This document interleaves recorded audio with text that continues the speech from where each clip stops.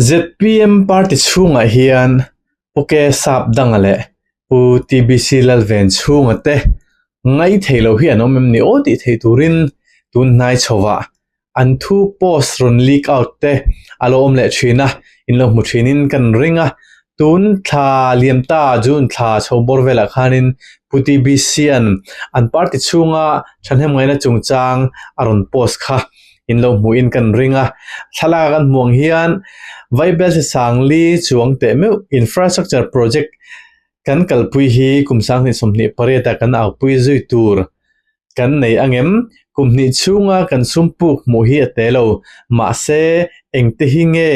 hei hi kan ramtan kan siam kan huna kan nu chuati ve tur kan nei ti lam hoi a hun ti in an posa ti chuana no hianin poisa om nu DPR siam tur kan zong chopa di department chen khada phei chuan monitor tur thlengin kan dapa engma thleilo khan 2 to 4% thlengte hanlo ei ve a amuna kal pe mang silo do kana tengin DPR inang put kan siam chuak le maya kal phung thara ala danglam chuanglo sik PSU public sector undertaking ate khai chona tan contract by nomination a kan pe khi CVC guidelines ang ti thang hi aron langa tichuan November July ni somle pakhat tun inrin ni khan pu sabdanga athu post hi aron leak out le boka ho voin July ni som pakhat chin malam zong kha thengil vekila naktuk pathian ni July ni som pani hian thinung le ti takzetin pathian hena ngaidam dilin tong try ila July ni som pathum atang hian thinlung tharpu in ramtan lungrol takin na ithawang u tichuan kan ramada mangti hi jingdar kwale mini somnga inrin ni tuk jinga khanin executive committee group a post kharon leak out leni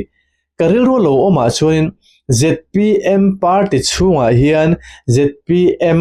hi ke chiase ti hi duan omani nga ti ngai dan hi ol sam takin lo pianga kan video lo clear tu te pon chu ti ngai dan chu ol sam takin in nei ve thawin kan ringa chumi pialama chuanin mimal takin pusap dangale pu TV tu pu TV silal ven chung de hi party chung tang hianin hupurna le an diklot tuk awanga ngai theilo na hi awmem ni oti theitur te po ni in kan shredawa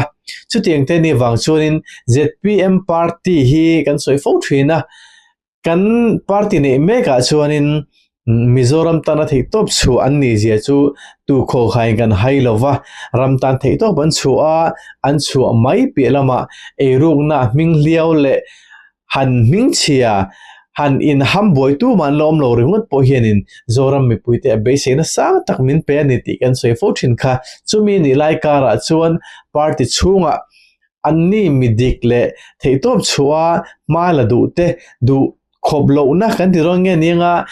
an eruk turte po ani mai theya contract an thove turte po alo ni mai theya chu tiang ang do dal theitu ninga mu na hi aliane mo ti theiturte nia chumi chu tiang thilte ni wang chuan anni groupa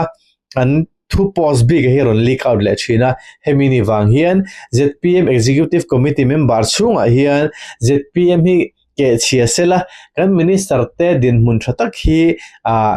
tachia se heting din mun chel lo se ti du hi an piang ni nga ti ngai dan khol sam taken lo oma chumi ni wang chuan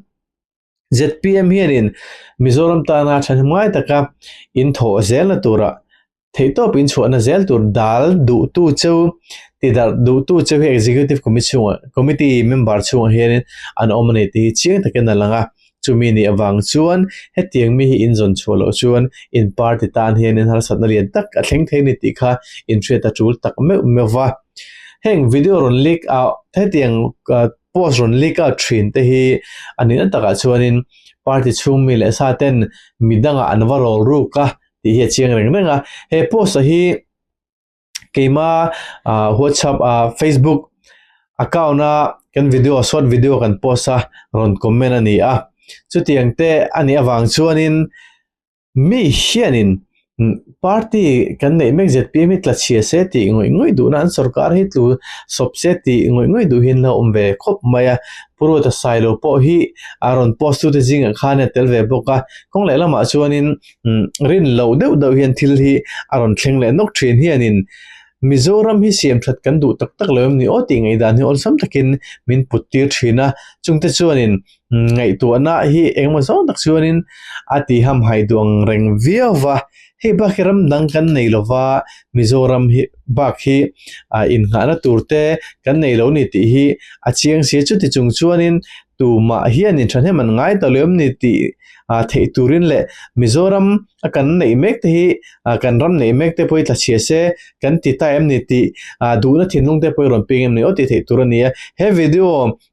Facebook kan post a hin comment hi aron oma he comment ron petu hi lal choke ti ni a in ram taka raman kai hroi thenan pusa pathu pek hi an zom time o pudu hi kumsum riat next a chuna tling to don midang che chualam hi chu lo hai lo ve takani ti nange ninga midang aron je hi midang che chhuak lam hi aron jek fi lo to eng pochin se khata lai ka poi mo berlova he post hi he comment leak out hi ron da ta kan share to khan chimi kha ho voin July ni som pakachin malam zong kha thengil vek ila naktu pathian ni July ni som pani hian thinlung le ti taksa din pathian ne na ngai dam dilin tong try ila July ni som pathum atang hian thinlung tharpu in ramtan lung rol takin na i thokang u ti chuan kan ramada mang ti hi posaron siama darkar rukliam tami khani hemi baka hianin pu ruata silo po khanin comment te kha aron nei boka hetilama ve thung hianin zoram politics ti lampang khanin comment kha haron nei vele boka chuting te ni wang chun thil mak deuh hi om thina heram hi kan mangai kal zel se kan du ni chuanin kan ngai tu ana te po hi kan siam dang lam ve zel he chula puro ta sai len dar kariat aliam ta khanin ninevi dung thulin ti a challenge lo zong in na ti heron posa sarkar lim phata ninevi challenge anon nei kha afu chho vak ta lo ni in a hriat a challenge zonga ti hi chu a support thak deuh zokin a hriat tuna hian home minister message ang deuh hian naktuk ni som pathum July sang ni som nele paru katang hi chuan ninevi dung thulin han ti tan vele to zok se thagawan ti pui em enge in ngai dan le ninevi challenge du tok mai lova Fiji thlenga challenge te po kha kokir le thei ni se tichuan kan ram hian damlam apan zok mai thei asin ei tam chan ven mang mek ani to a ho kalphung thar hi kalphung dika herrem wat na tur in itong trai pui teng ti aron posa politics le thu thar te hian in tichuan pusa pa thu posa kha aron da tel boka ngai tu na akal thui du ang reng view maya ke ma ni chhung mi nge na min do da tlathe chuanin kluk shethi ol lut tu kani chhungkwa poni a kan tran rol tlat lo chuan chhungkwa hi tlak shethi ol lut tu ka chutiang te ne wang chuan ZPM party chhunga he tiang har sanna thlen du tu te hi arang theng pera zon chua an chunga action hina taka lagni selati kha apoimo vio dona chutiang ani lo chuanin kan soita kan khanin ZPM workers te hianin tute mo hianin puti BC le pusa pa hi no kan TMO ti ngai dan kha alo piang du view mai chu teng te ni wang chuanin party chhumi le sa te nge hi thil le lam phung ra chiang jok tu tur te le ngai dan siam thiam jok tu tur te ani no na wangin heng kong tham taka hianin ngai dan fin thak jok te ron au chu pui thei ta sela chumi pelama chuanin heng ti tu te jing a hianin a chiang sa reng nang chu kan MLA nei mek te chun ni lo ti hi a chiang hle in kan hria chan chu tuna until po sakha executive committee member zinga mini a legislature party a chuanin lo soi khom po ni sela legislature party kan ti chu MLA role te kha anni me anni chu in lung ruala the top chuin an tangtlang ti kha hre ta maro chu party worker klema kheu be de hian omani ti hi alang chiang khop mai chumi ruala han soilan kan duwa chuanin ZPM ina andan bu bungsom paruk na phek som thum panga na hianin nina le mo phurna chungchang ti akhanin bungsom paruk na point pakhat na chuan chief minister le party president ni na hi mi pakhatina chelkop tur ni lo ti ani a minister le party elected OB ni na te po chelkop the ani lowang ti ni a hetiang ni wang hian dan angalan dan a hi chuanin kan chief minister ni mek pu lal do ma hi party president ani theilova chutiang che chuanin minister ni mek mi som pani te hi party elected OB ani thailo boka chutiang atang chuanin entirnan han siam taila party in rail ball na hi a fello chuanin ramro rel na tha hi a thlen theidon lovani party a nge lo miau chuanin chutiang ni wang chuanin pusa pata hianin party ngel khem joga kal thena turta hianin home minister ni na te da in party president a hianin chan vote han nei ta sela engma chana chuanin uncle dan he danglam dai mayengem o ti ngai dan te po om thei viau dona a chan chu party administration in rail ball na afel miau chuanin dan neu le har sa na thleng tur tam taka kha an lia khu ve theidon boka bungsom paruna pani na hianin chief minister le party president ni na hi mi pakhatina zawn tram ni IRA a chel theilowang ti ani omje chuan chief minister hi pudu hi sangni somni pathum tang sangni somni pare thleng chief minister ni dona sangni somni pare ta tanga sangni somni le pathum sangni somthum pathum inkar chumba khi chief minister hi ani theidon chuang lova zawn in tram ni baga ni theidon lova adot le sangni somthum pathum tang chuanin chief minister thar hi an dan an thlak wani chuanin chief minister thar hi an om ngei khangai don ni ti kha ron lang chiang boka chumi ni rual chuanin party president ni na po hi mi pakhatin azonin trump ni IRA ba ka chel theidon lo wangin kum topa party president thano rom chhotura hi chuanin president thar te pon nei chhotura ngai ta ila chutiang te ni wang chuan pusota alo chak to lova tuna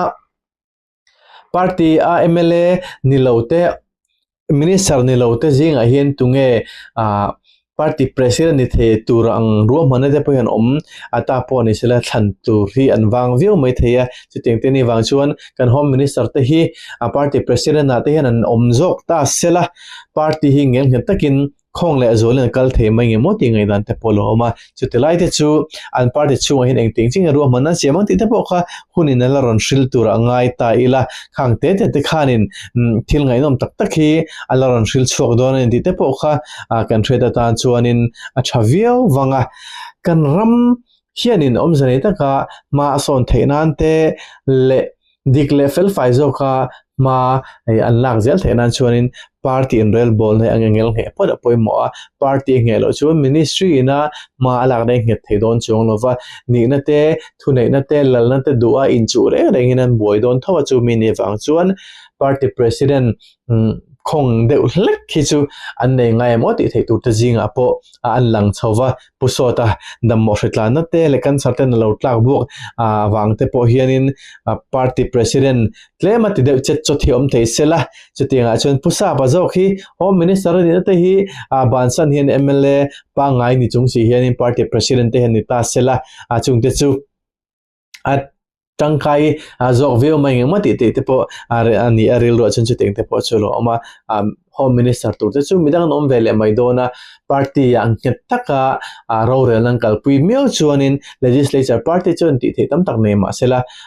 PSC lama te le executive committee lama te party president na thuna inate ane vele don si wangin tuna an kal dan ang ngor hi chuan kal lo de wanga ti ngai dan te po om theya chumi pe lama chuanin NDA som chungchang ade po party president na remati lo chuanin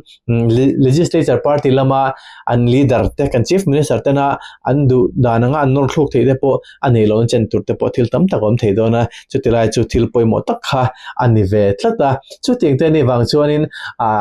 MLA na ni chunga party president ni mai kha